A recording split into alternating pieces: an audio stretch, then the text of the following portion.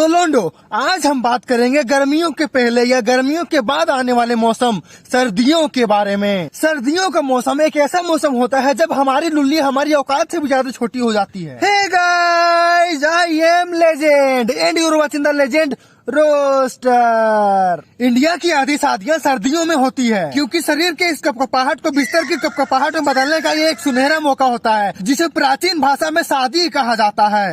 मेरी शादी करवाओ, मेरी शादी करवाओ। शादियों का सीजन चल रहा है। लोंडे भगकर कभी उस शादी में जा रहे हैं तो कभी भगकर इस शादी में जा रहे हैं। हमारे देश में शादी एक त्योहार की तरह मनाई जाती है क्योंकि जिंदगी मिलेगी ना दोबारा, तो जितनी बकचोदी करनी है एक ही बार कर लो। बहनचोद, इन लोगों ने सर्दियों के इस मौसम को कतई शादियों का सीजन बना रखा है जहाँ कई सारे अनजान परिंदों की शादी होती है। उन्हें इससे फर्क नहीं पड़ता कि इसमें तुम्हारी मर्जी है या नहीं, बस शादी होनी चाहिए जिसमें तुम्हारे बाप की जीवन भर की जमा पूंजी पलक झपकते गायब हो जाती है। ओहो पापी दुनिया, शादियों के नाम पर कतई लोंडों का जनाजा उठवा रखा है। कहा जाता है कि शादी का लड्डू जो खाता है वो भी पछताता है और जो नहीं खाता है वो भी पछताता है, लेकिन मुझे पता है कि तुम सालों खाकर ही पछताना चाहोगे। कोई शादी करके खुश हो जाता है तो कोई शादी करके दुखी हो जाता है, और कोई शादी इसलिए कर लेता है क्योंकि सब कर रहे हैं तो हम भी करेंगे। शादी के बाद हमारी जिंदगी धोबी के वही कुत्ते की तरह हो जाती है जो ना घर का रहता है और ना घाट का। फिर भी कई लोगों को शादी करने की इतनी जल्दी होती है कि वो अपने घर के बाजू में ही कर लेते हैं। अगर तुम बदकिस्मती से पाकिस्तान की पैदाइश हो तो तुम्हें एक बार बार लगातार शादी करने से स्वयं ब्रह्मा विष्णु महेश भी नहीं रोक सकता।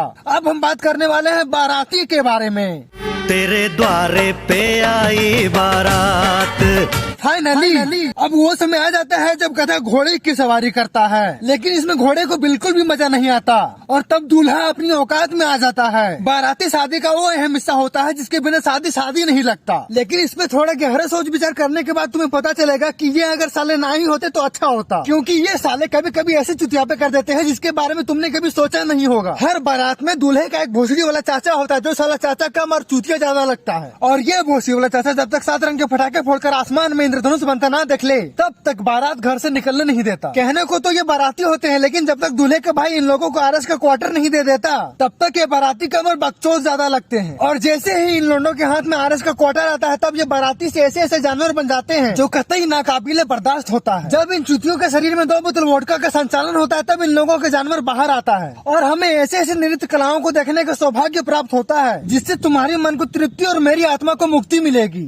कोई नागिन डांस कर रहा है तो कोई कछुआ डांस कर रहा है और कोई अपने भैया का पूछ पकड़कर उसमें ताता थैये कर रहा है। इसे तो मैं झेल लूंगा, लेकिन मुझसे ये बिल्कुल नहीं झेला जा रहा। ये दूल्हा है या नूरा फतेह का एक बहनचोद अपनी शादी में ऐसे बावड़ों की तरह कौन नाचता है। ये सब क्या देखना पड़ रहा है। 2 घूंट जिंदगी की पीने के बाद बारातियों को नाचने से ना तो कोई रोक सकता है और ना ही कोई टोक सकता है। इतनी बकचोदी करने के बाद आखिरकार दूल्हा सही सलामत दुल्हन के घर पहुंचता है और बाराती के नाम पर अपने साथ अपने पूरे गांव को उठा लाता है, जिसे देखने के बाद लड़की का बाप बोलता है।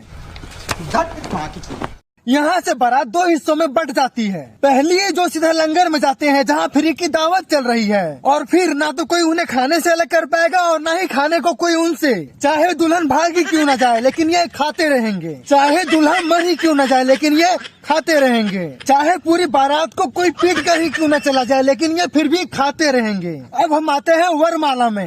वरमाला का वक्त है, देखो आ गया।